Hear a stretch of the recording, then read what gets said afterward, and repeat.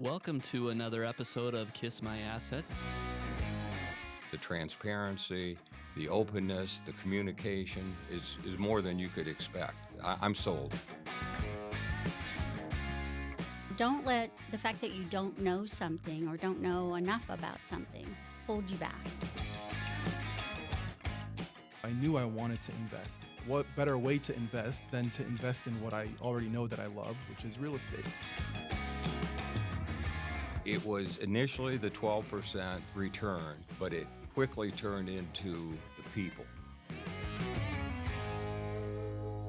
Welcome to Kiss My Assets, our podcast at Neighborhood Ventures, and I'm Jamison Manwaring, co-founder, and we're excited to have Bill Woodward with us here today, one of our great investors. We were just talking about how your background is in journalism and then PR, and then and of course Bob Woodward, no relation, but great name. Right.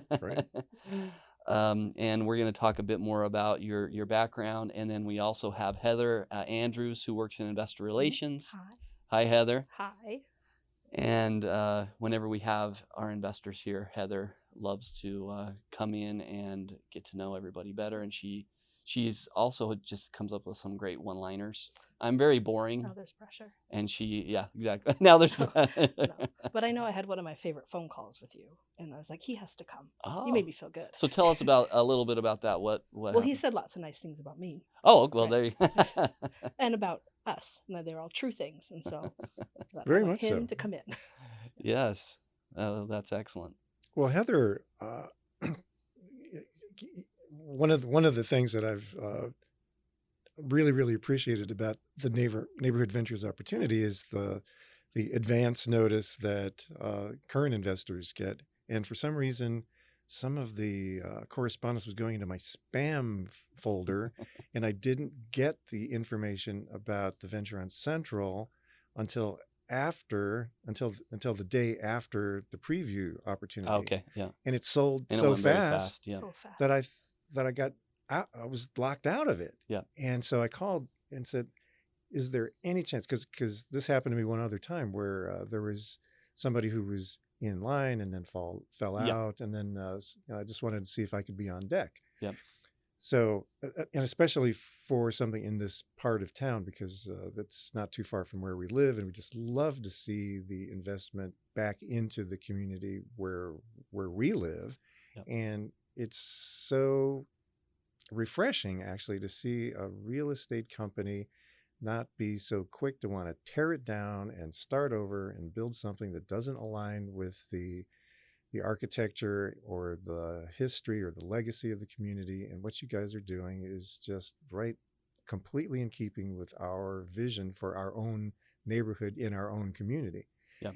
And so I asked as nicely as I could for Heather to put me on the waiting list. Yes. and see if anybody, not that I wanted to take somebody's place in line, but if somebody dropped out or for whatever reason wasn't able to step up, then I'd be there. And sure enough, in a day or two, she was on the phone and very personable in person, which is another thing I like, because everything isn't via email or text or Slack or something. And so there are real people genuinely interested in the investors that are part of your organization that make it just a pleasure to deal with you, all of you. Wow. That is so great to hear. You know, we started the company 4 years ago, kind of with very similar, with that mission in mind. And we hoped that there would be investors like yourself who were supportive of that idea. You know, we live in a place, Phoenix, where there's a lot of growth. And so the tendency in the past with new housing was, let's take down this old stuff and let's build as fast as we can. A lot of times the quality isn't there, the character isn't there as much. But to your point, with some of these properties in the central Phoenix area, they're mid-century properties. They have a ton of character. Our venture on Central is one of those buildings. 16 units, and we want to go in and we want to keep that building like that around. and we figure out a way to make it work financially, but we live here too. We want to see some of these great buildings stay around. They need to be upgraded. They need to have an investment, and it's great to hear that you're aligned with us in that same vision, and you live right in this area too. So and I'm super happy Heather was able to help you get into that one, because when it is, you're familiar with the area, it's a lot more fun to invest in a project that you're familiar with. Well, and my wife and I are mid-century type people in terms of design, architecture, and furnishings and everything. And so we just really appreciate that era, that part of Phoenix's growth, the neighborhoods where that occurred. And so again, to revitalize and refresh and give that mid-century, some of those mid-century buildings and communities another 50 years is just a magnificent way of looking at it. And we just admire that and appreciate it. And we wanted to get in on it. And that's the feedback from a lot of investors, how attached they were and excited about that particular area. People were excited to be involved in that area. And that's why we were excited about it too, because Central Avenue is just one of those great areas that we live in, and we didn't even know there was an apartment building back there. I mean, it's right there on the Murphy's Bridle Path where everyone jogs and used to ride horses up, and so it was a diamond in the rough. Want to kind of go back a little bit and tell us a bit about your background, professionally. What are some of the things you like to do, and then when you ended up coming to Phoenix? Well, I have a marketing and PR and branding company of my own, Woodward and Company, that has been in business for many years in the Phoenix area. I started off, as you had mentioned, as a journalist in radio and television news, and pursued a career in public relations, marketing, and advertising for large companies for a number of years, including a number of real estate and real estate development companies that created master plan communities or did urban mixed use infill projects or golf courses and other master plan giant type projects. And it was fun to be involved in the real estate category. I had a client a number of years ago that had a model that was very similar to Neighborhood Ventures, in that they would acquire a large apartment complex or part of a residential community and just go in and carpet bomb the whole thing, where they had a guaranteed 12% return, and it was a great crowdfunding style model where you had to have a minimum of either $100,000 or $500,000, be a high net worth individual in order to kitty in. And this whole time I'm working for these real estate companies and these real estate investment trusts and all these other companies where real estate is a great category to be in to make money, but it was always where you had to have a lot of money to be able to make money. $100,000 or $500,000, you have to have some significant wealth to participate in that. Right. Very few small percent of the population. Yeah. Exactly. And so along come you guys and avail an opportunity for a minimum of $1,000 and a capped contribution level of $10,000, where one guy can't come in and just say, okay, here I am, let's do this, and right. Lock out other people who are, again, according to your model, young people, college kids, young families, people that would love to, feel the benefit of the thrill of engaging in and turning a piece of real estate and then applying that to the next one, or having the return bankroll something that they aspire to. It's just an amazing, wonderful model. It's proven itself for centuries, and yet you've brought it down to a level where regular people can engage, or you don't have to be a super high net worth person to be part of it. And so that's something that we are personally and I professionally really admire, respect, and appreciate a lot. Yeah, and we learned early on some interesting things about our investors. A significant portion of our investors are actually renters, so they may rent their home for whatever reason. Maybe they're retired, or they're younger. They haven't built enough savings to go buy a home, or they're just not ready to buy a home yet, but they want to invest in real estate. And if they had $100,000 minimum, they would never, their money's sitting in a savings account or in the stock market or whatever, but they would prefer to invest in real estate. So a significant portion, I think at the time last time we ran the analytics, it was about 20% of our investors were renters, renting their own home, but they still wanted to invest in real estate for the financial benefits. I think that's gone down now. That was one of our early numbers. But it's just interesting as the millennials, they're buying homes later, and now there was kind of a glut of buyers that are feeding into the market right now, but they wanted to invest in real estate before they bought a home, and this gave them that opportunity. So it's definitely something that we didn't know going in exactly who would be drawn to this, but given your background and your exposure from work, you saw typically, it's $500,000, $100,000 to invest in that. And then what ended up bringing you to Phoenix? Because you were working more in the mid central California area. Yes, I was working radio and TV news in Central California. I started on the public relations career path for a hospital system in Central California. Was offered a job in Phoenix in 1984.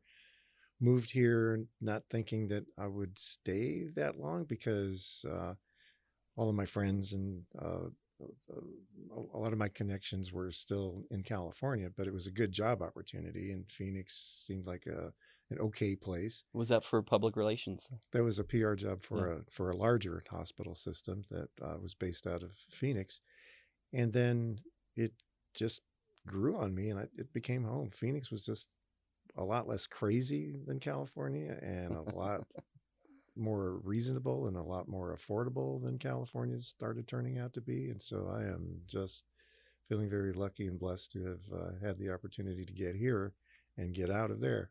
Yeah, so you moved here in 84, 85? 1984. And thinking it might be temporary, it looks like it's... No, you survive one summer, then you're hooked.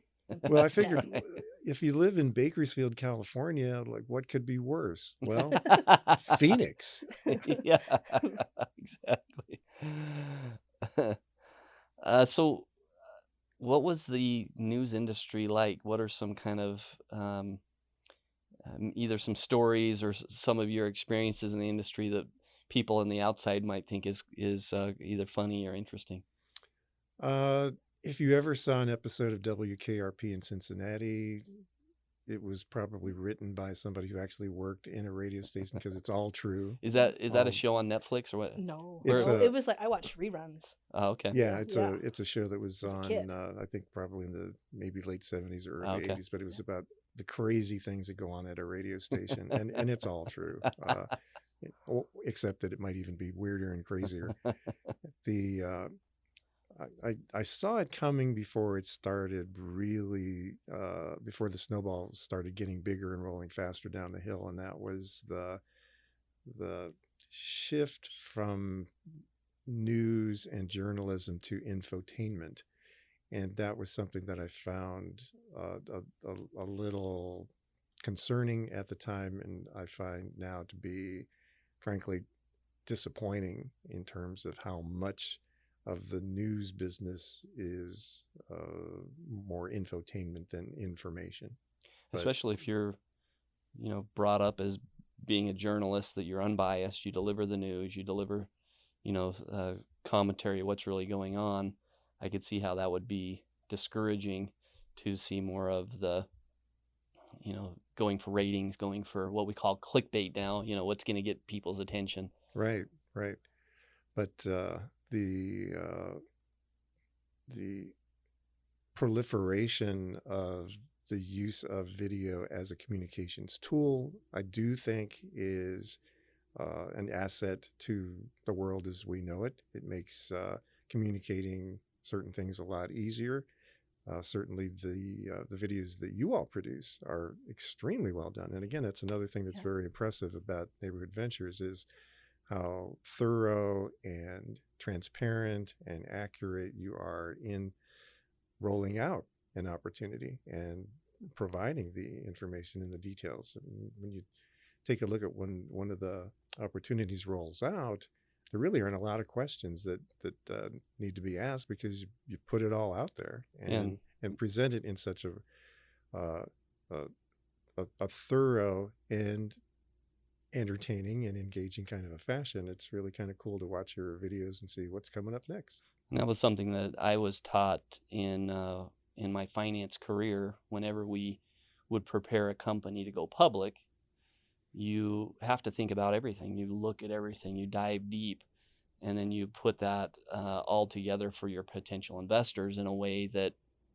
the questions are usually answered because you've thought about them already, right? And if you do a good job of doing due diligence, then we should address those questions, through our marketing materials. And we do sometimes get questions. And the interesting thing with crowdfunding is if anyone has a question, you post it on our offering, and then we answer it live so everyone can see the other questions other folks are asking. But I think typically we used to get 30 and 40 questions on our offerings. Now the recent ones we get 4 or 5 because people have learned, and that's part of the education that we do. But that's and then we try to make it entertaining. Now, when I get on, the entertainment value goes down. But when John's up there on a roof or trying to fix a gutter or something, it gets entertaining. Well, you guys do a great job, and it's always interesting to see where you go to eat next. That's right. And that's which I'm never invited to go. Not once. And that makes it fun because you go into a neighborhood and each neighborhood has its own kind of local restaurants. We try to find those, and we found an ice cream shop one time, and I keep going back to that ice cream shop over here on 16th and Bethany Home. Oh yeah, yeah, that's right. I forget what it's called, but it's really good. It's really good. And so, when did you start your own company? So you did PR for a period of time, and then with the larger healthcare company, and then what made you decide to go start your own? I was getting disappointed with relationships with ad agencies, frankly. And I thought, if I hung a shingle and tried to operate an ad style agency, a consulting business with transparency and integrity and good service and a commitment to quality work and can't make it, then I'll just acquiesce to the fact that ad agencies aren't transparent, don't do good work, and charge too much. Yeah. And I was fortunate and able to attract a number of clients in enough different varieties of categories to make a go of it and to prove that you can actually be transparent and try to do good work and charge a reasonable fee to help companies build their companies. Yeah.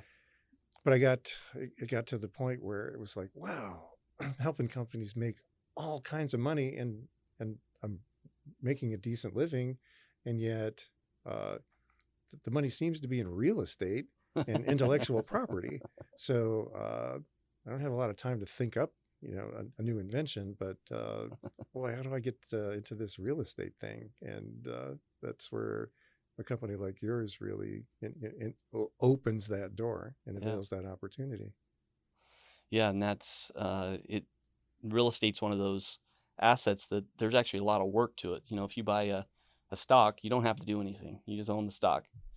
But if you buy a piece of real estate, it's kind of like having a child. You love it, but it's a big commitment and a lot of work, and it will be a great reward at the end. But it's requires some expertise and all of those things for it to be successful.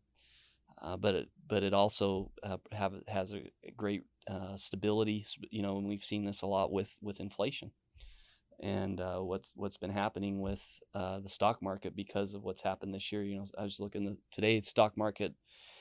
The S&P 500 this year so far is down about 6%. Our projects are still moving up at the 12%. They're just much more linear and much more stable. So it's exciting to talk to folks like yourself that like real estate. You have your profession, and you're still building your business now. You work with clients. Absolutely. Yeah. Yeah. Business has been going well, and there's no end in sight. Yeah. What kind of, do you have a specific type of client that you focus on, or do you work with a wide variety of different companies? We've worked with a wide variety over the years, from agribusiness to healthcare to mental health, substance abuse prevention and treatment, banking, high tech, retail, manufacturing. So we've got a well-rounded group of experienced professionals that are able to tackle just about any project in any category now. Yeah. And where did you find out about Neighborhood Ventures? Do you remember? Oh boy, I think I read about it in an article in the Business Journal. Yeah. Which proves the power of public relations. Yeah, I must say. But but when I saw that, it was like, whoa, because I think it was an article that said that you were planning on rolling this out, and I got online and signed up to be on the email list and the newsletter contact list right away. Yeah. And so when you rolled out the first opportunity, we stuck our toe in the water. We didn't get in at, it was like, I think $2,000, and to sort of say, well, who are these guys? And, there's a project on Marlette, that's in our neighborhood. Let's see how that goes and see if these guys, got staying power, and everything you were doing from the get-go was professional and polished and again, transparent and thorough. And it was really, really impressive. I thought, well, if this thing doesn't work, it's not these guys' fault, because whatever you're doing it well, and you're doing it right, and you're doing it right by your investors. And then to see it blossom and pay off and flip and go on to the next, it was like, yep, these guys got it figured out. At that point, we've engaged in, I think, every other venture so far except for one. Yeah, and that's the typical kind of our investors. They start with just a little bit, test us out, and it's exciting to prove that it's going to be all right, and they just repeat. I like to watch people's investments. They get bigger, and they're in every single project. Yeah, and that's one of the big things that we're offering is building a trust with a lot of different folks. It's a relationship, even though it's a lot of it's online and with videos. It's doing what we say we're going to do, and if there is problems, we just talk about them up front, because to your point, we can't control everything, right? Unfortunately, but it's about controlling what we can control, and if we can, being all over that, and then dealing with the things that we can't control, and being honest with everyone if something has happened that threw us off course, and then having a solution of how we're going to do it. And that's kind of the best you can do when we're living in a real world, and we're doing real construction, and we have subcontractors, and we have materials, and we have renters and tenants. It can be complicated, but we appreciate the kind words. And I was going to ask you what your first project is, but Marlette was one that's also here in North Phoenix, fairly close to your neighborhood. And then that went full cycle. We ended up selling that one. And do you remember which one you didn't invest in? There's one in Mesa. Okay. Or it's one of outlying Phoenix area communities that's not Phoenix, because we just love the ones that are in Phoenix. Yeah. But since you have expanded up to Flagstaff, that was kind of interesting, because we had just taken a trip up to Flagstaff, and we were driving around the community and just looking around, because it'd been a while since we'd been up there. And then the first opportunity in Flagstaff rolled out, and it was like, whoa, we were just there about a week ago, and we just drove right by that place, and that's pretty cool. And these guys are going to pick it up and fix it up, and we have trackers on all of our investors. Yeah.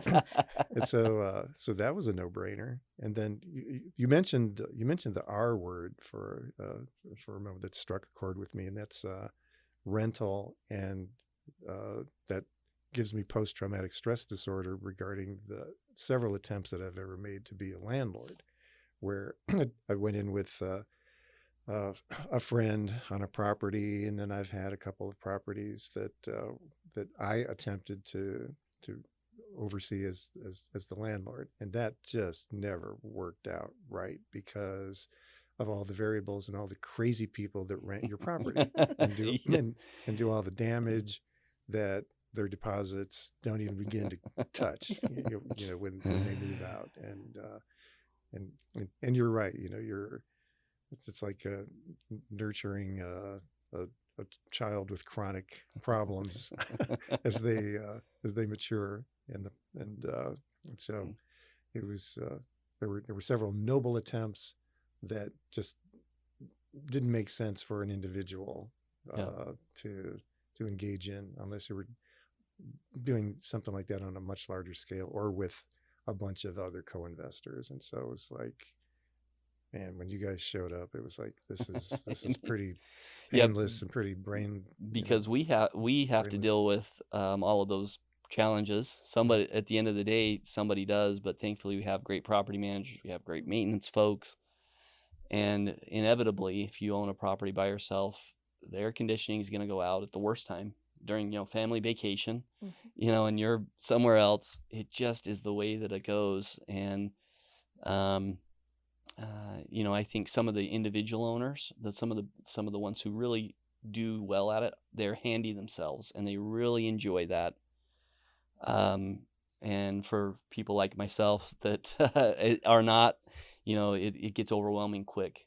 So you have to have a team of folks, and you have to collect rent, and you have to do background checks. You have to deal with tenants who don't pay and residents who don't pay, and just all of that is part of the business. And thankfully, we have a great partner, property manager, who we've had a 20-year relationship with, who does a great job for us on that side.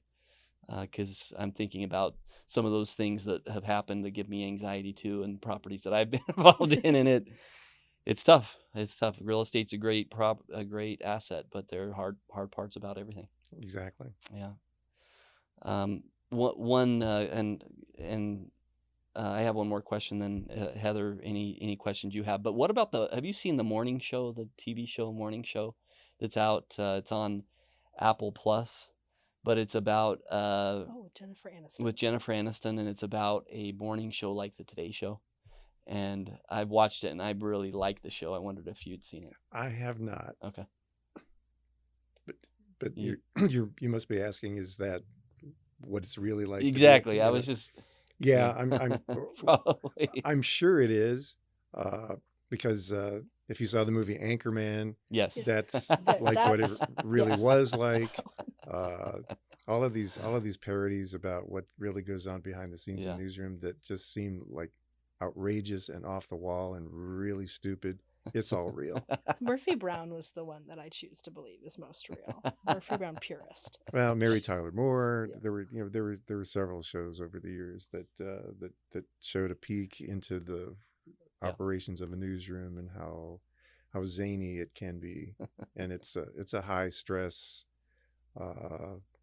kind of a role, and people sometimes just need to blow off steam or right.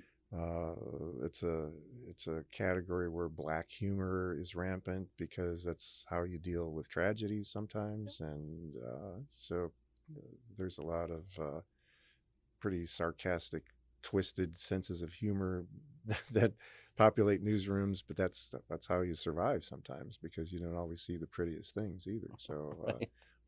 but when you take a step back from it, it's actually kind of funny. Aaron Sorkin's The Newsroom, I really loved. That it only lasted like 3 seasons, but that one was phenomenal, I thought. What's that on? I don't remember. It was Jeff Daniels. Oh yeah, Yeah. yeah. I saw it. Everyone talks really fast. Yeah. Okay. That's a- Did you have any other questions? No, just when are you going to call me again? Just so so you can tell me nice things. That's what Well, I need to know. well, I just have hopefully, you on speed dial. I need it hopefully, today. yeah, hopefully it won't be, because the next opportunity goes into my spam folder. And I Right. have to call This you, is a but- reminder to everyone: check your spam folder. That's right. But after I do first. Yes, that's right. Well, this has been great, and we love the fact that you live in the neighborhood. You've been here a long time. You are aligned with us. We want to see these old buildings. They need an investment of infrastructure. A lot of times the plumbing, the electrical needs to be upgraded, some of those things, but then you keep the bones of the building and the character. We try to do that as much as we can. In fact, we're having an event with Green Living Magazine at our Mesa property, because we did adaptive reuse there, where we're trying to convert that and add more housing onto the market.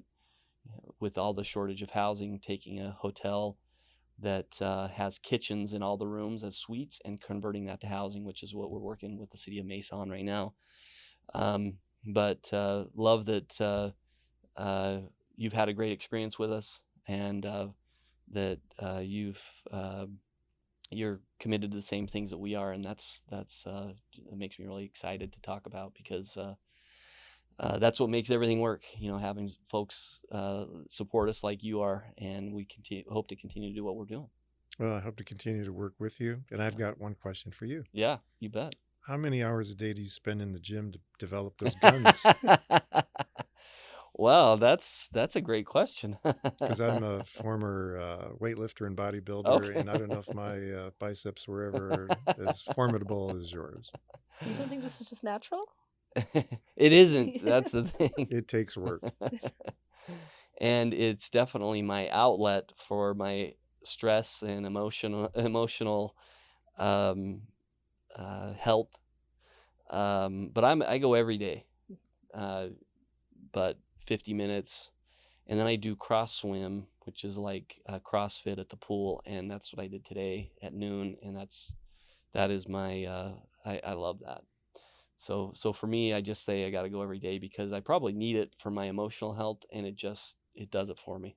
Well, it is a great way to de-stress, Yep. and it's working for you. So keep it up. Thank you. I appreciate that. I mean, I did walk quickly across the parking lot today. Hey, And so there you go. done. Check. It all helps. That's right. It does.